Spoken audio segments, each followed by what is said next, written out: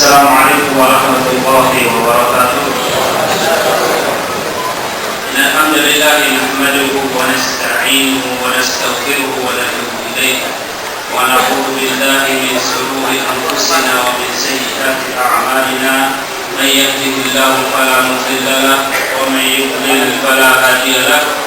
Asyhadu an la ilaha illallah wahdahu la syarika lahu وأشهد أن محمدا عبده ورسوله لا نبي بعده. أما بعد فإن أصدق الحديث كتاب الله وخير الهدي هدي محمد صلى الله عليه وسلم وشر الأمور محدثاتها فإن كل محدثة بدعة وكل بدعة ضلالة وكل ضلالة في النار. إخواني وأخواتي أعزني الله وإياكم. Semoga Allah Subhanahu wa Ta'ala merahmati kita semuanya. Alhamdulillah pada malam hari ini kita kembali bisa diberikan taufik dan hidayah oleh Allah Subhanahu wa Ta'ala sehingga kita menyempatkan waktu kita untuk sama-sama mempelajari kitab Bulughul Maram karya Al-Hafidz Ibnu Hajar Al-Asqalani Asy-Syafi'i rahimahullahu ta'ala, yang kita berharap dengan mempelajari kitab ini kita bisa beribadah kepada Allah Subhanahu wa Ta'ala dengan cara yang benar.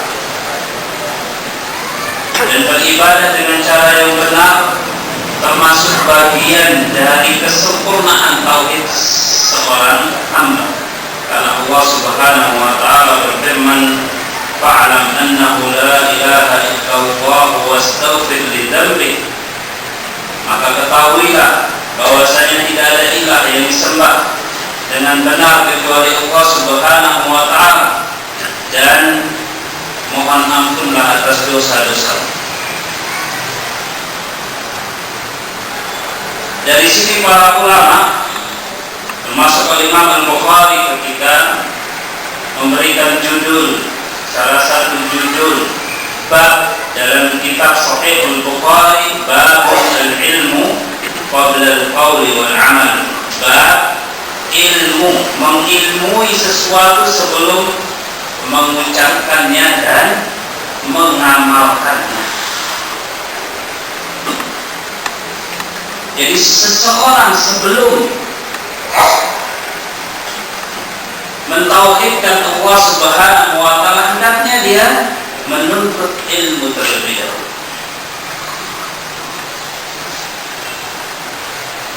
Dan semua orang berakal pasti mengakui dalam mentauhidkan Allah Subhanahu wa Ta'ala seseorang wajib beribadah dengan cara yang diinginkan oleh Allah Subhanahu wa Ta'ala. Oleh karena itu keloplah ketika para ulama kita berkata amal soleh yang termasuk di dalamnya ibadah yang kita kerjakan setiap harinya, tentu saja yang sesuai dengan contoh Rasulullah SAW adalah mukammilat tauhid, penyempurna dari tauhid kita semua. Jemaah pengajian rahimani wa rahimakumullah, semoga Allah Subhanahu wa Ta'ala merahmati kita semuanya. Pada pertemuan yang telah lalu kita membahas tentang lafaz at-tahiyyat yang dibaca dalam at-tasyahhud.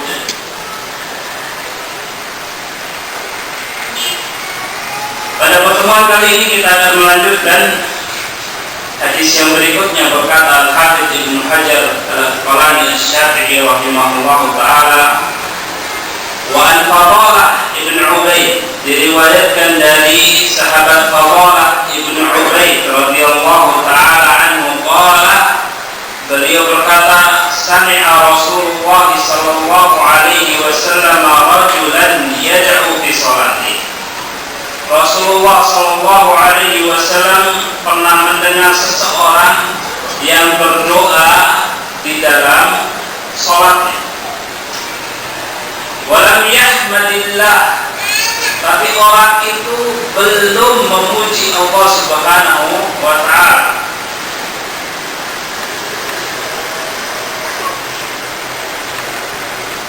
yusalli 'ala Nabi sallallahu alaihi wasallam, dan juga belum berselawat kepada Nabi sallallahu alaihi wasallam. Faqala, kemudian Rasulullah SAW bersabda mengomentari sahabat tersebut, ajila hada, orang yang sedang sholat ini tergesa-gesa.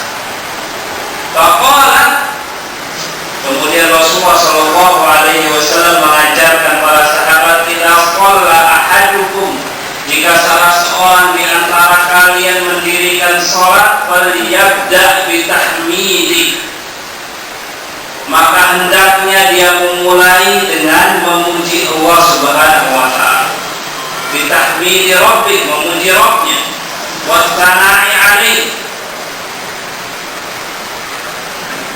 Tsumma yusalli 'ala Nabi sallallahu alaihi wasallam, kemudian hendaknya dia berselawat kepada Nabi sallallahu alaihi wasallam. Tsumma yad'u bima syaa, kemudian setelah itu dia berdoa dengan doa yang dia kehendaki. Rawahu Ahmad wa Thalatha, hadis ini diriwayatkan oleh Imam Ahmad wa sahahahu Tirmidzi, dan disahihkan oleh Imam Tirmidzi wa Ibnu Hibban wal Hakim.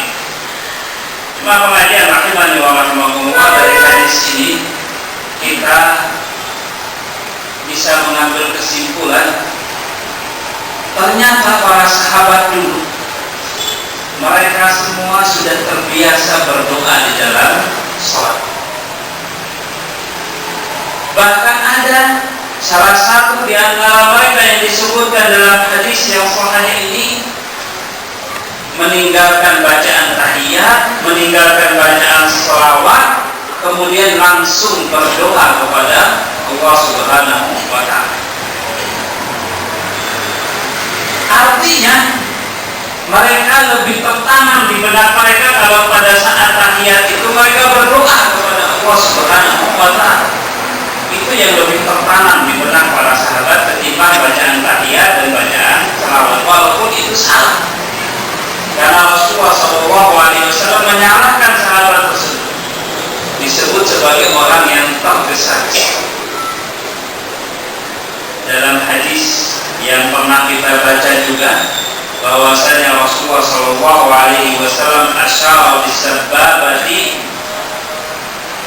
wa harrakaha wa yad'u biha. Rasulullah SAW mengisyaratkan dengan jari telunjuknya pada saat tasyahud, kemudian menggerakkannya dan berdoa dengannya. Tidak disebutkan, beliau sallallahu alaihi wasallam tidak menyebutkan tahiyat, tidak menyebutkan salawat di situ. Kenapa? Karena yang ada dalam benak sahabat mereka itu yang paling mereka pentingkan pada saat itu, pada saat tasyahud, yaitu berdoa kepada Allah Subhanahu wa taala. Dan mereka menganggap tahiyat dan selawat itu adalah bagian dari doa. Nanti kita akan baca perkataan Syekhul Islam Ibnu Taimiyah yang menyatakan bahwasanya hendaknya orang kalau berdoa itu memuji Allah Subhanahu wa taala, mentauhidkan Allah Subhanahu wa taala di awal doanya, dan berselawat kepada Nabi sallallahu alaihi wasallam. Persis seperti ketika kita membaca tasyahud. Tasyahud itu isinya syahadat, pujian-pujian kepada Allah Subhanahu wa taala. Lalu kemudian setelah itu diikuti dengan selawat, baru kemudian berdoa kepada Allah Subhanahu wa taala. Oleh karena itu jangan meninggalkan doa ketika kita tasyahud sebelum salat. Cuma pengajian rahimani wa rahmatullah, semoga Allah Subhanahu wa taala merahmati kita semuanya.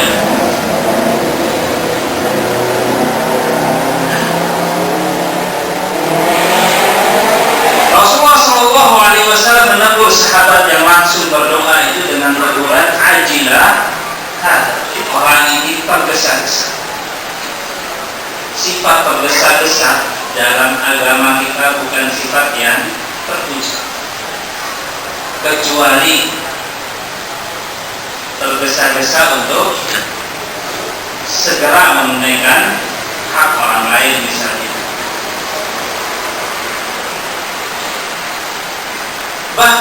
ketika kita pergi sholat, dalam keadaan apapun jamaah yang hendak kita ikuti sholat berjamaahnya, kita tidak boleh lari-lari dari puasa. Rasulullah SAW memerintahkan kita untuk berjalan dengan tenang, tidak boleh tergesa-gesa.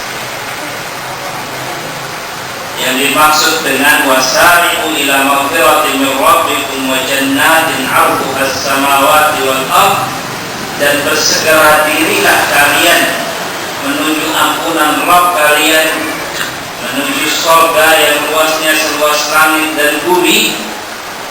Itu artinya bukan kita meninggalkan hal-hal yang diwajibkan oleh Allah Subhanahu wa ta'ala, meninggalkan hal-hal yang mesti kita kerjakan merupakan bagian dari adab-adab beribadah kepada Allah Subhanahu wa ta'ala. Termasuk adab yaitu kita jalannya tenang, tidak boleh tergesa-gesa ketika masuk ke dalam masjid. Jangan sampai ada yang beralasan saya lari-lari karena Allah memerintahkan suruh bersegera berlomba-lomba. Nah, jemaah pengajian rahimani wa rahmatullah, semoga Allah Subhanahu wa ta'ala merahmati kita semuanya. Dalam hadis ini juga ada dalil bahwasanya semestinya termasuk adab-adab berdoa kita mengedepankan wasilah. Wasilah itu perantara yang disebut sebagai tawassul. Semestinya kita bertawassul di awal doa, tapi tawassul yang dicontohkan dan diperintahkan oleh Nabi kita Shallallahu Alaihi Wasallam. Karena tawassul itu ada dua, ada yang disyariatkan dan ada yang dilarang dalam agama. Yang disyariatkan seperti bacaan tahiyat, isinya pujian-pujian kepada Allah Subhanahu wa ta'ala, isinya pengakuan tauhid, pengakuan mengesahkan Allah Subhanahu wa ta'ala, dan berselawat kepada Nabi kita Sallallahu Alaihi Wasallam. Termasuk juga tawassul, yaitu dengan memuji Allah Subhanahu wa ta'ala dengan nama-nama dan sifat-sifatnya yang baik. Ini termasuk tawassul yang masyru', termasuk tawassul yang disyariatkan juga kalau kita menyebutkan di awal doa kita ibadah-ibadah yang kita anggap paling ikhlas yang pernah kita kerjakan. Sebagaimana kisah yang diriwayatkan oleh Imam Muslim tentang 3 pemuda yang terjebak di sebuah goa. Mereka bertawassul masing-masing di awal doanya dengan ibadah yang menurut mereka yang pernah mereka kerjakan dan paling ikhlas mereka kerjakan untuk Allah Subhanahu wa ta'ala. Termasuk tawassul yang bid'ah dan dilarang, bahkan termasuk bagian dari kesyirikan, yaitu bertawassul dengan menyebut-nyebut kedudukan para wali, menyebut kedudukan Nabi Sallallahu Alaihi Wasallam, tawassul dengan zatnya, dengan badannya Nabi Sallallahu Alaihi Wasallam. Ini semua perbuatan bid'ah, muharram. Bahkan ada yang tawassul dengan selawat-selawat yang berbau kesyirikan, seperti selawat nariyah misalnya. Seperti misalnya selawat burda misalnya, yang isinya ada yang memohon kepada Rasulullah Shallallahu Alaihi Wasallam. Oleh karena itu kita mesti hati-hati ketika ditawarkan bacaan doa tertentu oleh seseorang harus dicek dulu sahih tidaknya bacaan doa tersebut dari Nabi kita sallallahu alaihi wasallam.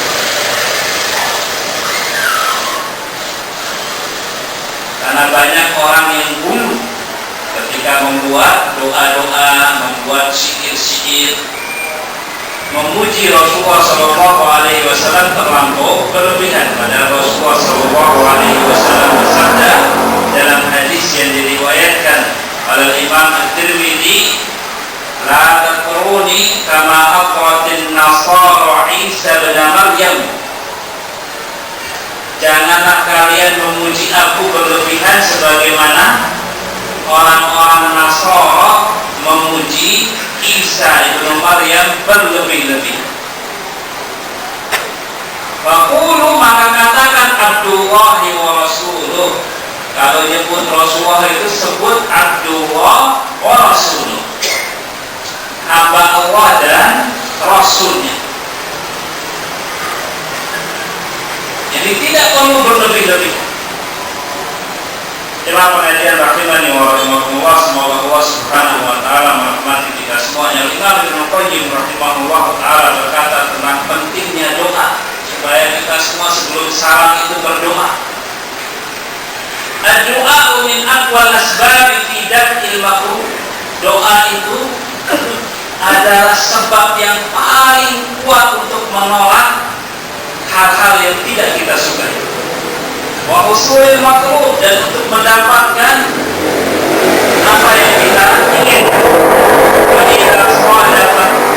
idza sadaqa khusyu'an bil qalbi, kalau doa itu pas dilakukan dengan hati yang khusyuk, wal kisaron, dengan hati yang benar-benar merasa bersalah, baina yaday Rabb, di depan Allah Subhanahu wa taala, wa dzullan, penuh dengan kerendahan diri, wa taqarruban, hati yang benar-benar kosong hanya untuk Allah, konsentrasinya untuk Allah saja, wa riqatan, dan hati yang dengan hati yang lembut,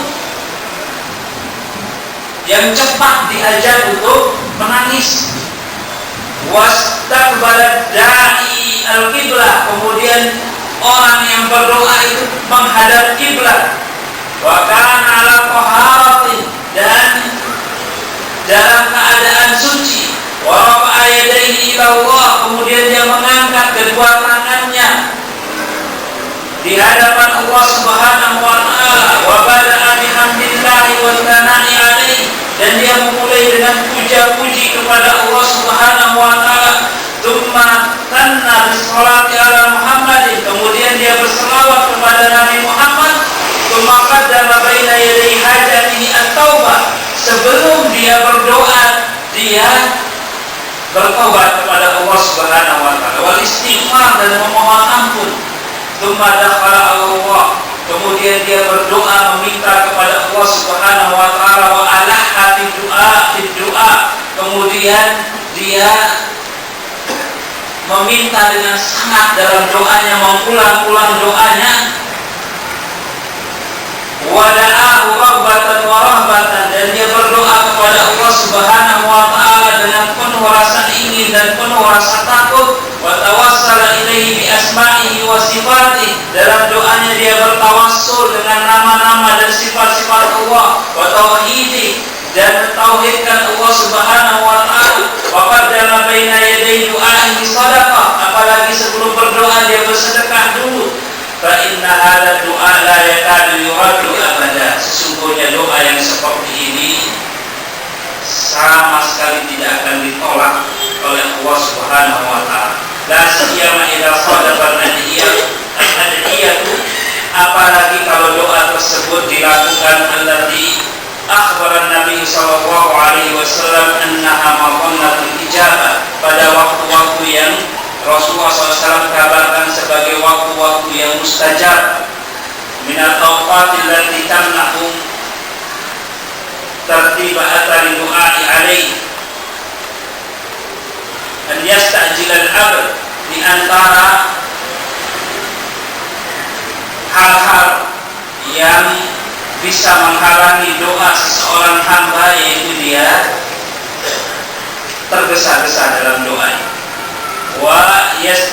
yubati'ul ijabah, dan menganggap bahwasanya Allah Subhanahu wa taala terlambat atau telah mengabulkan doanya. Fayada'u doa, kemudian dia tidak berdoa lagi kepada Allah Subhanahu wa taala. Ini akhir dari perkataan Imam Ibnul Qayyim. Hampir sebagian besar dari apa yang beliau katakan ini ada dalam sholat. Dalam sholat seorang hamba itu khusyuk kepada Allah Subhanahu wa ta'ala, konsentrasinya full untuk Allah Subhanahu wa ta'ala.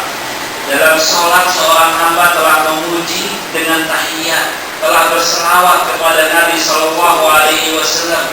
Bahkan dalam sujudnya dia sebelum tahiyat sudah memohon ampun kepada Allah Subhanahu wa taala. Karena di antara doa sujud ada juga yang kalimatnya memohon ampun kepada Allah Subhanahu wa taala. Hampir semuanya kecuali mengangkat tangan. Dari awal dia sudah memuji Allah Subhanahu wa taala dari semenjak dia takbiratul ihram. Jadi sangat cocok sekali kalau seorang hamba berdoa di akhir sholatnya sebelum salam, itu sangat cocok sekali. Apalagi Rasulullah Shallallahu Alaihi Wasallam mengabarkan kepada kita semuanya salah satu waktu yang mustajabah dalam sholat, yaitu di akhir sholat sebelum salam. Rasulullah SAW bersabda, di duburi kulli sholatin du'aun mustajab. Di setiap akhir dari sholat itu ada doa yang dikabulkan oleh Allah Subhanahu wa ta'ala. Jadi jangan lupakan berdoa sebelum salat. Hadis yang berikutnya berkata Al-Hafidz Ibnu Hajar Al-Asqalani Asy-Syafi'i rahimahullahu ta'ala, wa an Ibnu Mas'ud, diriwayatkan dari sahabat Ibnu Mas'ud radhiyallahu ta'ala anhu, beliau berkata, Bashir bin Sa'ad, berkata Bashir bin Sa'ad radhiyallahu anhu, ya Rasulullah, wahai Rasulullah, amarana Allah an nusalli alaihi, Allah telah memerintahkan kami untuk berselawat kepada-Mu.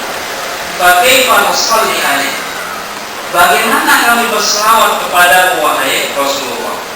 Fasakata, Nabi Sallallahu Alaihi Wasallam mendengar pertanyaan ini, beliau diam.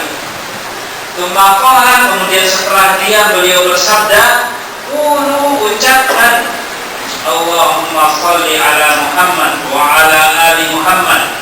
Ya Allah, limpahkanlah selawat kepada Muhammad dan kepada keluarga Muhammad. Kama shallaita ala ali Ibrahim, sebagaimana Engkau telah melimpahkan selawat kepada keluarga Ibrahim. Wa barik ala Muhammad, dan limpahkanlah barakah kepada Muhammad. Wa ala ali Muhammad, dan kepada keluarga Muhammad. Kama barakta ala ali Ibrahim fil alamin innaka Hamidum Majid, sebagaimana Engkau telah memberi barakah, telah melimpahkan barakah kepada keluarga Nabi Ibrahim fil alamin, di alam ini, innaka Hamidum Majid, sesungguhnya Engkau maha terpuji bagi maha mulia. Wassalam kama alimtum, sedangkan salam itu sebagaimana yang telah kalian ketahui. Rawahu Muslim, hadis ini diriwayatkan oleh Imam Muslim. Wa zada Ibnu Khuzaimah fihi, dalam riwayat yang lain diriwayatkan oleh Imam Ibnu Khuzaimah semakna atau sesuai dengan riwayat Imam Muslim, namun ada tambahan dari Al-Imam Ibnu Khuzaimah. Dalam riwayat Imam Ibnu Khuzaimah yang lafadznya kaifa nusalli alaika idza nahnu shallaina alaik fi sholatina, wahai Rasulullah, bagaimana kita berselawat kepadamu jika kami berselawat untukmu dalam sholat kan? Kemudian baru Rasulullah SAW mengajarkan selawat yang diriwayatkan oleh Imam Muslim di atas. Itulah pengajian rahimani wa rahimahullah. Semoga Allah Subhanahu wa ta'ala merahmati kita semuanya. Bacaan selawat yang diriwayatkan dari Rasulullah SAW salah satunya.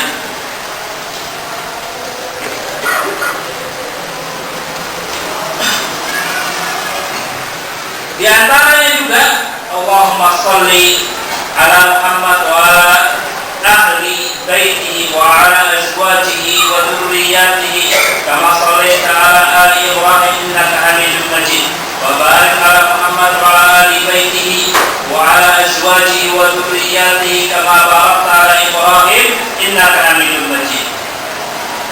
Di antaranya juga Allahumma sholli ala Muhammadin nabiyil ummi wa ala ali Muhammad kama shallaita ala Ibrahim wa barik ala Muhammadin nabiyil ummi wa ala ali Muhammad kama barakta ala ali Ibrahim fil alamin innaka Hamidum Majid. Di antaranya juga Allahumma shalli ala Muhammad abdika wa rasulih kama shallaita ala ali Ibrahim wa barik ala Muhammad abdika wa rasulih wa ala ali Muhammad kama barakta ala Ibrahim wa ala ali Ibrahim. Banyak dan para ulama menyebutkan bahwasanya salawat mana saja yang sahih dari Rasulullah SAW bisa dipakai dalam bacaan sholat. Coba pengajian rahimani wa rahmatullah, semoga Allah Subhanahu wa taala merahmati kita semuanya. Jadi hadis ini berbicara khusus tentang bagaimana berselawat kepada Nabi Sallallahu Alaihi Wasallam dalam sholat. Tentu saja dalam sholat itu dari awal sampai akhirnya bacaan semuanya adalah bacaan yang terbaik yang dipilihkan oleh Allah Subhanahu wa taala untuk dipakai dalam ibadah yang paling mulia setelah tauhidullah, rukun Islam yang kedua. Tentu saja bacaannya adalah bacaan-bacaan yang paling mulia. Oleh karena itu kalau ditanya selawat mana yang paling baik, maka jawabannya adalah selawat yang diajarkan oleh Rasulullah Sallallahu Alaihi Wasallam yang kita pakai dalam sholat. Dalam semua riwayat selawat itu tidak ada disebutkan Allahumma sholli ala Sayyidina Muhammad. Memakai kalimat Sayyidina itu enggak ada. Atau asyhadu an la ilaha illallah wa asyhadu anna Sayyidina Muhammad itu juga enggak ada. Sepotong periwayatan yang palsu sekalipun tidak ada yang menyebutkan ada kalimat Sayyidina. Walaupun kalimat Sayyidina itu kalimat yang benar, bukan kalimat yang tidak benar, karena Rasulullah Shallallahu Alaihi Wasallam bersabda, "Ana Sayyidu Bani Adam wa la fakhr." Saya ini adalah tuannya anak Adam, tapi saya tidak sombong. Bahkan beliau menyebutkan bahwasanya cucu beliau Hasan dan Husain itu adalah Sayyidah Syababil Jannah, tuannya para pemuda di surga. Jadi kalimat as-sayyid itu bukan pujian yang berlebih-lebihan, bukan. Kalimat as-sayyid itu pujian yang normal. Sebagaimana kita juga kadang-kadang menyebutkan sayyid fulan, tuan fulan. Padahal dia bukan nabi, bukan rasul, bukan keturunan nabi, bukan. Biasa yang seperti kalimat sayyid, seperti kita menyebutkan bapak ini yang terhormat, bapak gubernur misalnya, biasa, bukan pujian-pujian yang terlarang. Karena Rasulullah SAW sendiri memakai kalimat Sayyidina itu dalam sabda beliau, "Ana Sayyidu Bani Adam." Bahkan para ulama menyebutkan beliau Sayyidul Anbiya wal Mursalin. Dalam hadis-hadis yang sahih disebutkan Sayyidul Anbiya wal Mursalin, tuannya para nabi dan para rasul. Cuman dalam bacaan selawat, bacaan syahadat itu tidak dianjurkan mengucapkan sayyid. Kenapa? Karena memang nggak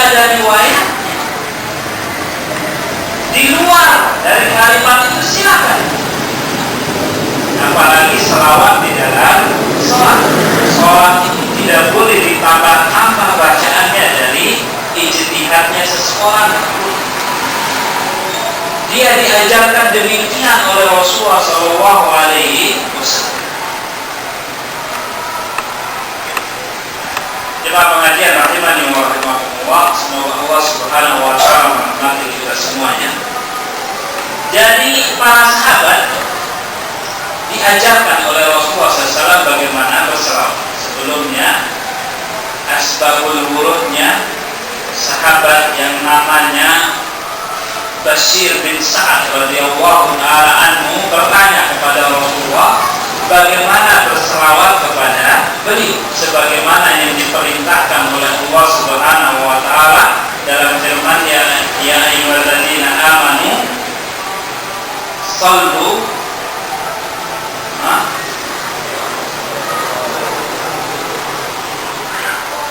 apa ayatnya? Ya ayyuhalladzina amanu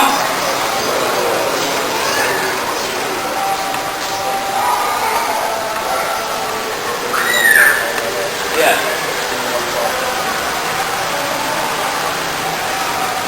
sallu alaihi wa sallimu taslima.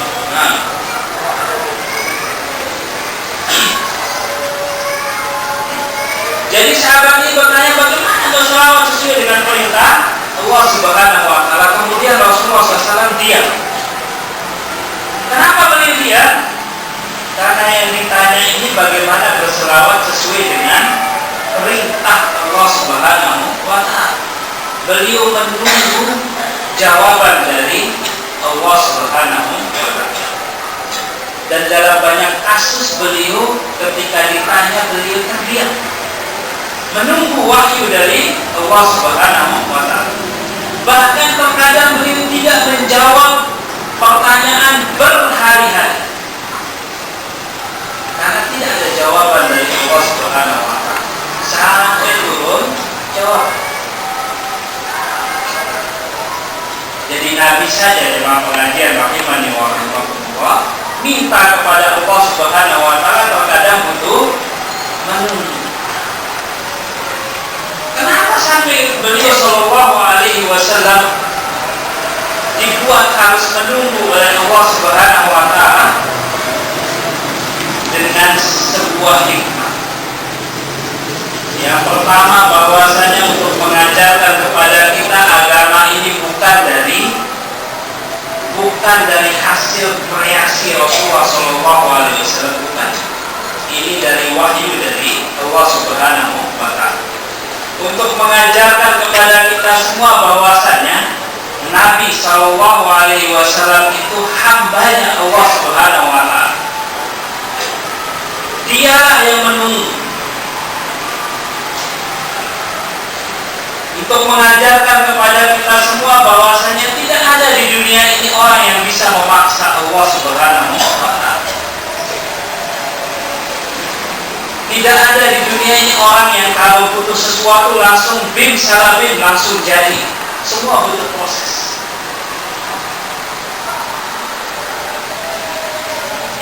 Oleh karena itu merupakan sebuah kedustaan besar kalau ada orang-orang yang mengaku dirinya wali, terus kemudian ditanya oleh anak buahnya, oleh cecunguk-cecunguk murid-muridnya, kemudian sebentar jawabannya saya akan berkholwat, masuk berkholwat kemudian keluar dan mengatakan barusan saya bertanya langsung kepada Rasulullah atau bertanya langsung kepada Allah Subhanahu wa taala, jawabannya seperti ini dan seperti itu. Tidak. Ini kedustaan yang nyata ya. Rasulullah Shallallahu Alaihi Wasallam saja tidak seperti itu. Beliau Shallallahu Alaihi Wasallam terkadang harus menunggu berhari-hari, bahkan dalam masalah yang sangat genting. Ketika Aisyah radhiyallahu taala anha difitnah berzina dengan salah seorang sahabat ketika dalam perjalanan beliau ketinggalan.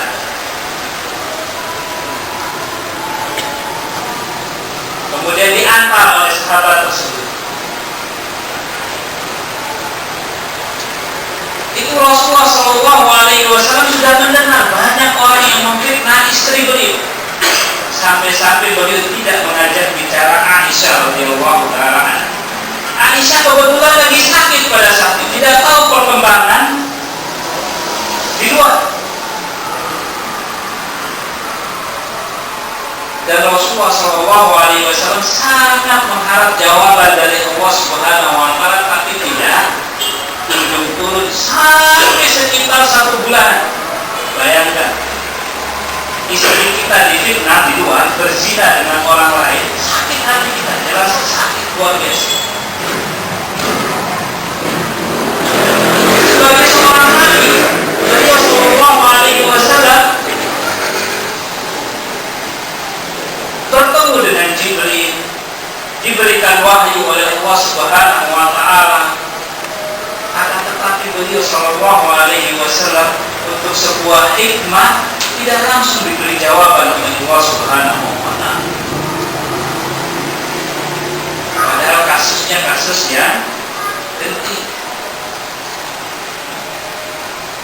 Jemaah pengajian rahimani wa rahimakumullah, semoga Allah Subhanahu Wa Taala merahmati kita semuanya. Jadi beliau Shallallahu Alaihi Wasallam menunggu jawaban dari Allah Subhanahu Wa Taala, dan Allah Subhanahu Wa Taala sengaja demikian agar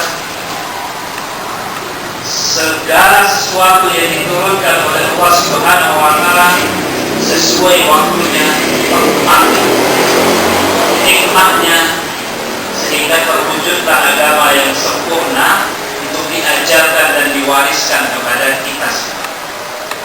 Jemaah pengajian rahimani wa rahimakumullah, kemudian baru setelah Allah Subhanahu Wa Taala mewahyukan kepada beliau beginilah kalimat selawat itu, baru kemudian diajarkan oleh Rasulullah Sallallahu Alaihi Wasallam. Rasulullah Sallallahu Alaihi Wasallam mengajarkan Allahumma sholli ala Muhammad. Di salah satu dari sekian banyak jenis selawat, Allah limpahkanlah selawat. Selawat itu sebagaimana riwayat Imam Bukhari dari Abu Atiyah, seorang tabi'in, yaitu sana'uhu fi al-mala'il a'la, yang disebut dengan selawat itu yaitu pujian Allah Subhanahu Wa Taala di majelisnya para malaikat di atas langit. Itu yang disebut sebagai selawat. Allahumma sholli ala Muhammad, ya Allah limpahkanlah selawat, artinya pujilah Muhammad itu di atas langit sana. Wa ala ali Muhammad, dan begitu juga keluarga Nabi Muhammad. Ada tafsiran yang lain tentang Ali Muhammad. Yang dimaksud dengan Ali Muhammad yaitu pengikut Nabi Muhammad. Pengikut Nabi Muhammad yaitu orang-orang yang mengikuti beliau, agama beliau dan tata cara beribadah beliau. Bukan orang-orang yang disebutkan oleh Rasulullah Sallallahu Alaihi Wasallam, siapa yang melakukan ini dan itu laisa minna, bukan dari golongan kami. Seperti misalnya man ghasyana fa laisa minna, siapa yang menipu kami, suka main tipu-tipu, bukan dari golongan kami. Seperti misalnya juga man tasyabbaha biqaumin fa huwa minhum, barang siapa tasyabbuh, menyerupai suatu kaum, maka dia bagian dari kaum tersebut. Seperti misalnya juga hadis yang panjang yang diriwayatkan oleh Imam Muslim, bagaimana Allah Subhanahu Wa Taala menghalau orang-orang pelaku ahlul bid'ah, pelaku bid'ah dari telaganya Rasulullah SAW. Itu bukan dari golongan Rasulullah SAW, bukan Ali Muhammad yang seperti itu. Jadi Ali Muhammad itu bisa diterjemahkan pengikut Nabi Muhammad dan bisa juga diterjemahkan sebagai keluarga Nabi.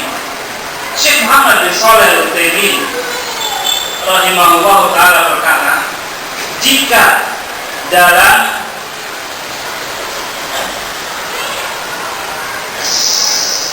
sebuah hadis disebutkan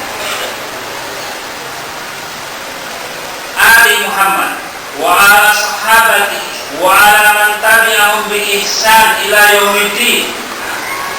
Maka kalimat ali itu adalah artinya keluarga. Jika lengkap disebutkan sahabat dan juga lengkap disebutkan pengikut beliau. Tapi kalau tidak lengkap disebutkan, maka maksud dari kalimat ali itu adalah pengikut Nabi Muhammad SAW. Jadi terjemahannya yang pas di sini menurut Syekh Muhammad bin Shalih Al-Utsaimin yaitu pengikut. Ya Allah, limpahkanlah selawat kepada Nabi Muhammad dan kepada para pengikut Nabi Muhammad SAW.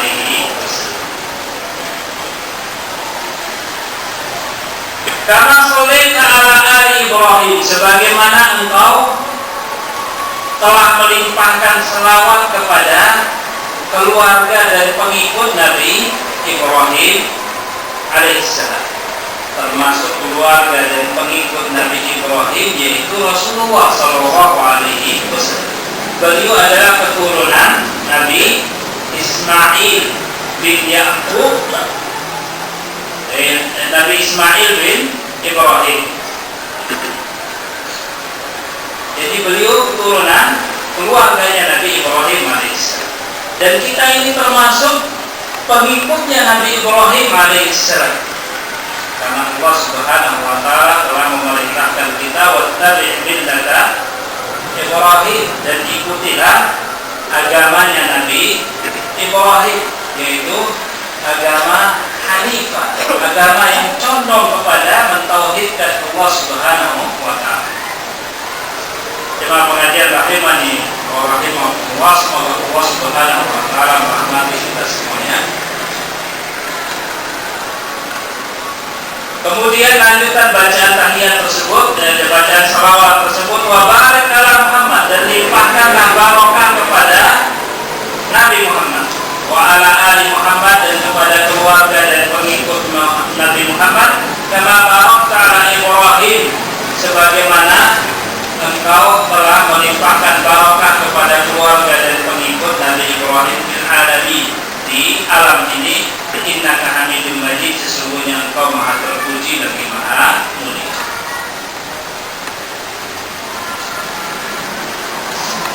Coba pengajian rahimani wa rahimakumullah, semoga Allah Subhanahu wa taala merahmati kita semuanya.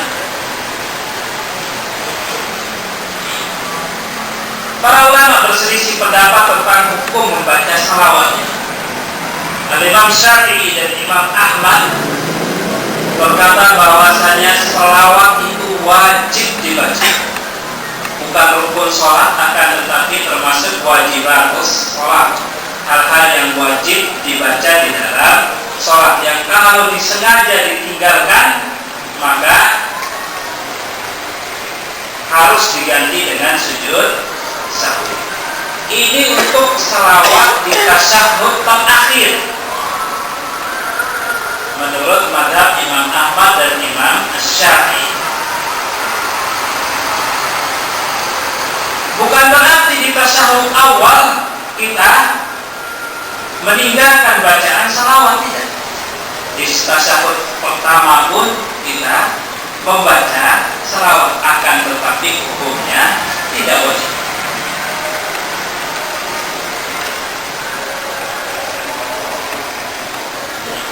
Tidak wajib artinya sunnah. Sebagaimana yang hukumnya sunnah, yaitu mengangkat tangan ketika takbiratul intiqal, itu hukumnya sunnah. Sebagaimana membaca selain Al-Fatihah dari surat-surat Al-Quran, itu juga hukumnya sunnah. Tentu saja kita enggan untuk meninggalkannya karena di dalamnya terdapat pahala yang banyak. Apalagi Rasulullah SAW bersabda dalam hadis yang diriwayatkan Imam Bukhari, "Man shalla 'alaiya shalatan sallallahu lahu biha asyra." Barang siapa yang berselawat kepada aku 1 kali, maka Allah akan berselawat kepadanya 10 kali. Kalau dihitung-hitung secara matematika, jemaah pengajian rahimani wa rahimakumullah, kita ketika berselawat di dalam sholat, kita berselawat untuk diri kita sendiri, karena di situ ada kalimat Ali Muhammad, pengikutnya Nabi Muhammad. Begitu juga ada kalimat Ali Ibrahim, pengikutnya Nabi Ibrahim. Berapa kali kita berselawat untuk diri kita sendiri? Kemudian kalau kita selawat kepada Nabi Muhammad, dibalas 10 kali selawat oleh Allah Subhanahu wa Ta'ala. Artinya berapa kali sudah itu? Lebih dari 10 kali selawat untuk diri kita. Kalau kita berselawat kepada Rasulullah SAW di dalam salat sesuai dengan yang diajarkan oleh beliau. Pendapat kedua, yaitu pendapat Imam Abu Hanifah dan Imam Malik, menyatakan bahwasanya salawat di tasyahud itu hukumnya sunnah. Ini pendapat yang kedua. Kenapa mereka berdua berpendapat ini hukumnya sunnah? Karena Rasulullah SAW bersabda, "Idza fa'alta dzalika faqad qadaita sholata." Jika kamu sudah mengerjakan selawat, membaca selawat, artinya kamu sudah menyelesaikan sholat. Artinya, menurut Imam Abu Hanifah dan Imam Malik, yang seperti ini tidak wajib.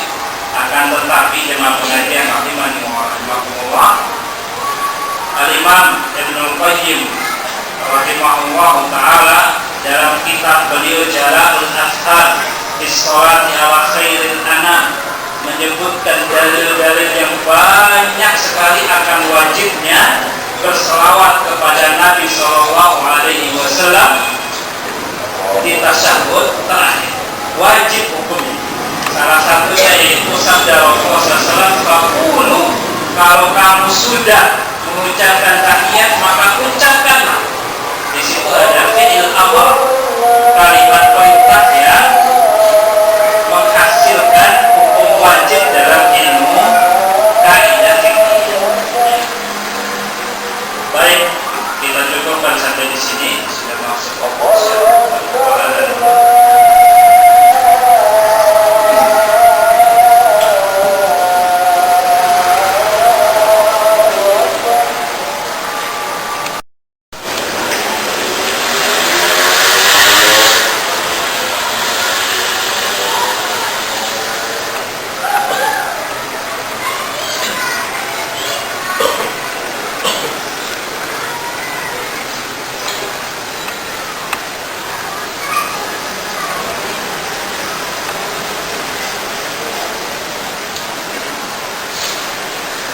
Alhamdulillah, salatu wassalamu ala rasulillah wa ala alihi wa sahbihi wa wala wa ba'du.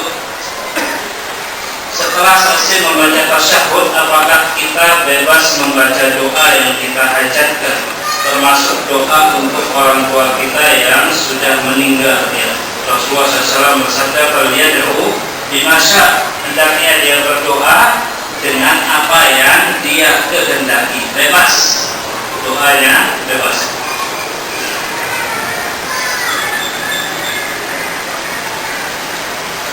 Yang kedua, seorang yang saling mencintai di dunia setelah meninggal, apakah bisa bertemu?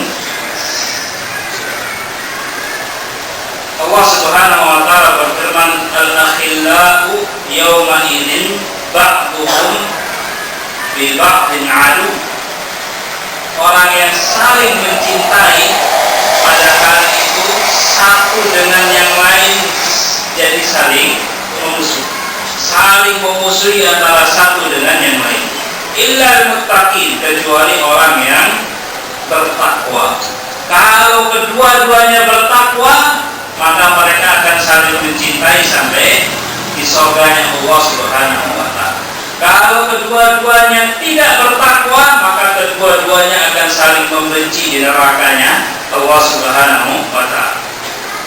Kalau salah satunya yang tidak bertakwa, maka salah satunya masuk ke dalam neraka, yang satunya masuk ke dalam surga. Apakah ada cinta setelah itu? Tidak ada. Jadi tidak ada kecintaan penduduk surga kepada penduduk neraka.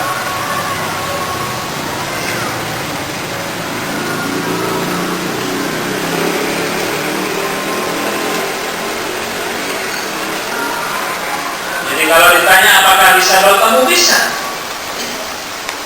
Di surga nanti sebagaimana riwayat yang sahih akan ada pasar di mana penduduk surga di situ saling bertemu.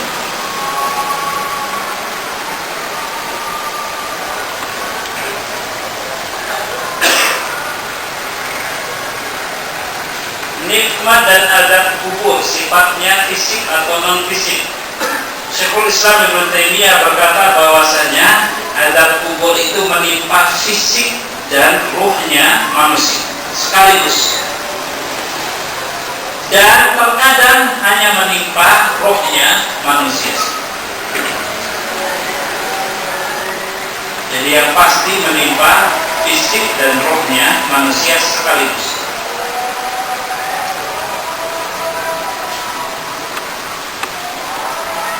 Karena memang azab itu diberikan kepada siapa yang melakukan perbuatan yang dimaksud. Kalau yang melakukan adalah badan yang sekarang ini, maka dialah yang pantas mendapatkan siksa dari Allah Subhanahu wa Ta'ala. Kalau yang melakukan adalah roh yang sekarang ini, maka dialah yang pantas mendapatkan siksa dari Allah Subhanahu wa Ta'ala. Begitu juga di surga nanti. Memang benar jasad kita akan diganti oleh Allah Subhanahu wa Ta'ala dengan jasad yang lebih kuat. Kalau penduduk surga lebih bagus, lebih baik, akan tetapi semuanya dari jasad lama kita. Sehingga yang disiksa di neraka atau yang mendapatkan nikmat di surga adalah jasad yang sekarang melakukan amal soleh atau amal kebaikan.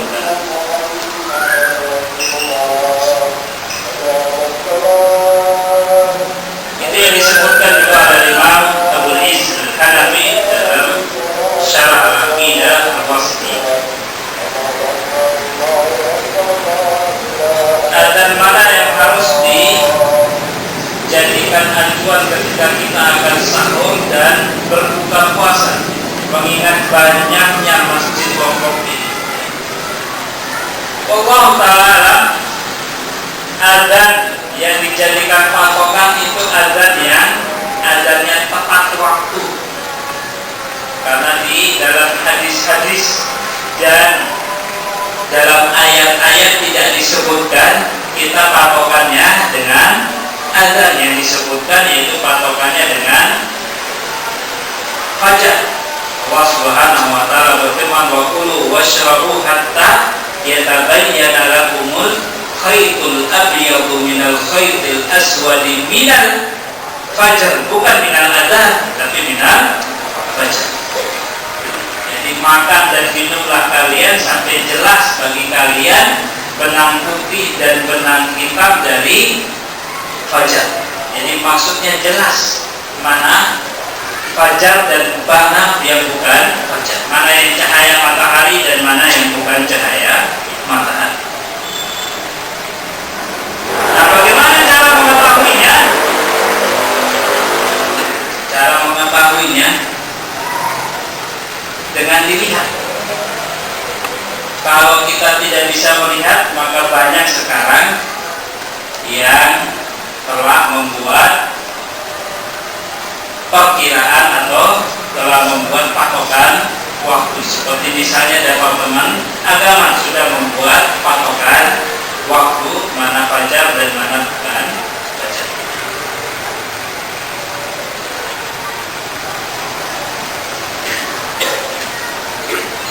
Bagaimana hukumnya menambah atau mengganti lafaz-lafaz doa yang diajarkan oleh Allah dalam Al-Quran atau hadis menurut hajat kita masing-masing? Apakah ini bid'ah atau dibolehkan? Dalam Al-Quran,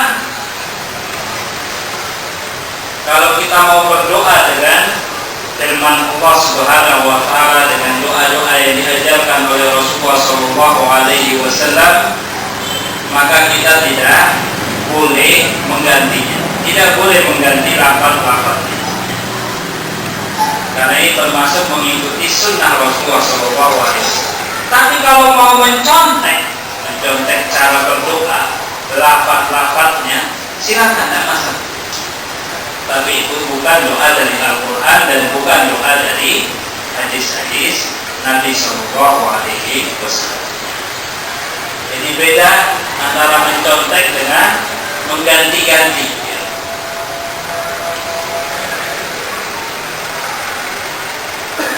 Yang untuk contek itu bahasa Arabnya. Jadi bisa begini caranya, tekniknya begini, lafaz-lafaznya seperti ini. Tapi ketahui itu bukan dari ayat maupun hadis. Kalau itu buat sendiri. Kalau ditanya mana yang lebih afdal, ya yang lebih afdal adalah yang diajarkan oleh Allah dan Rasulnya di dalam Al-Quran dan hadis-hadis. Allah Ta'ala. Ya. Kalau tidak ada pertanyaan langsung, kita tutup. Ya.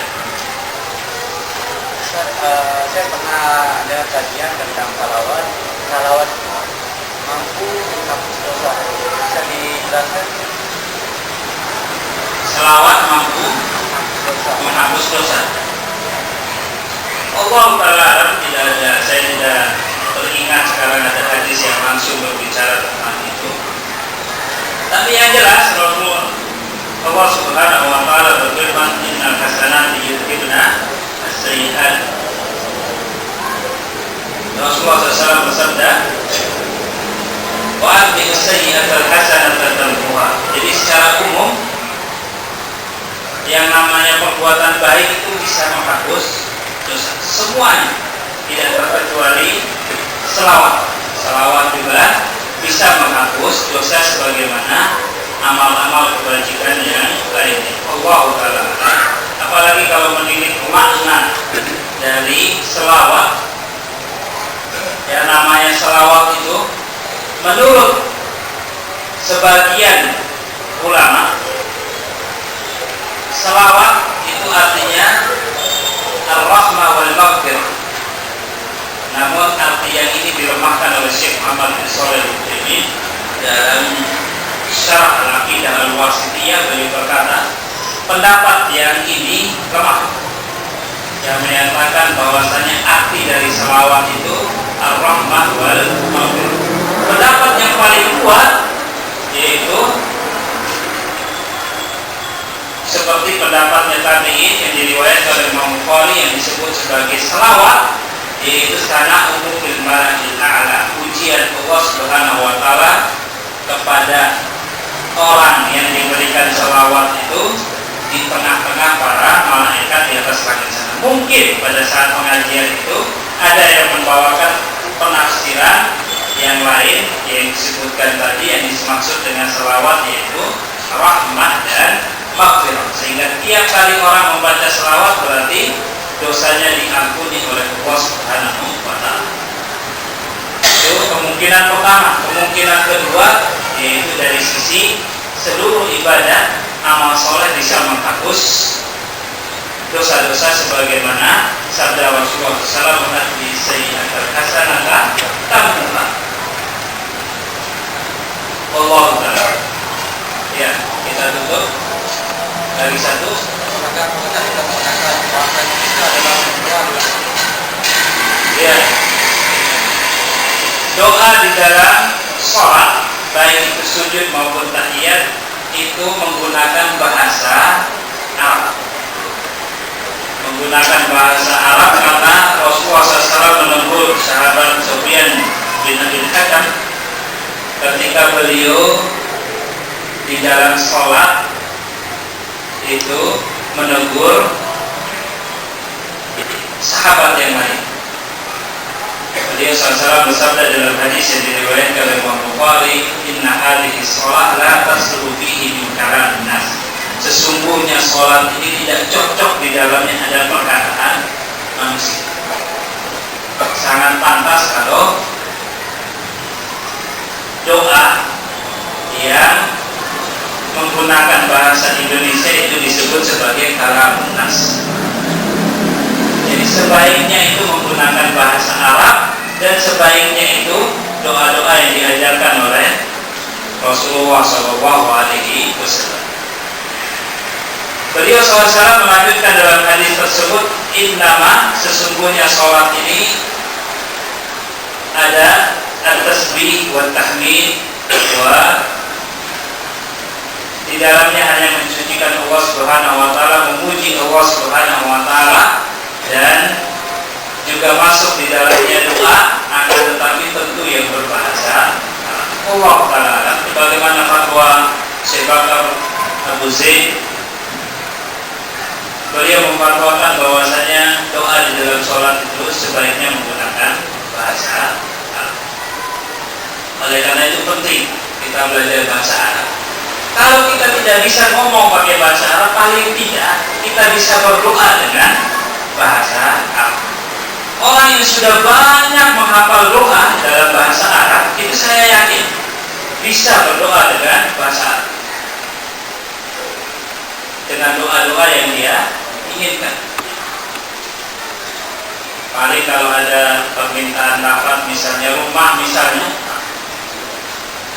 saya di dalam doa-doa juga ada yang disebut kalimat bait dan sebagainya. Orang kalau sudah bergelut dengan doa, tentu saja doa itu mestinya kita tahu artinya. Jangan kita hafal-hafal doa tapi tidak tahu artinya. Jadi mestinya kita tahu artinya. Jadi hafal doanya, tahu artinya, insya Allah. Kalau kita mau merangkai doa sendiri, itu tidak akan terlampau kesulitan. Wallahu ta'ala, kita cukupkan pengajian kita malam hari ini sampai di sini. Semoga Allah Subhanahu wa taala menjadikan kita orang-orang yang selalu bertakwa, yang selalu mengikuti contoh Rasulullah SAW dalam beribadah, dekat dengan Allah Subhanahu wa taala dengan mentauhidkannya dan berdoa selalu kepadanya, sehingga kita semua dimasukkan ke dalam surganya nanti, bertemu dengan Rasulullah dan para sahabat. Wa akhiru da'wana alhamdulillahirabbil alamin. Subhanallahumma rabbana wa bihamdika asyhadu an la ilaha illa anta astaghfiruka wa atubu ilaik. Wassalamualaikum warahmatullahi wabarakatuh.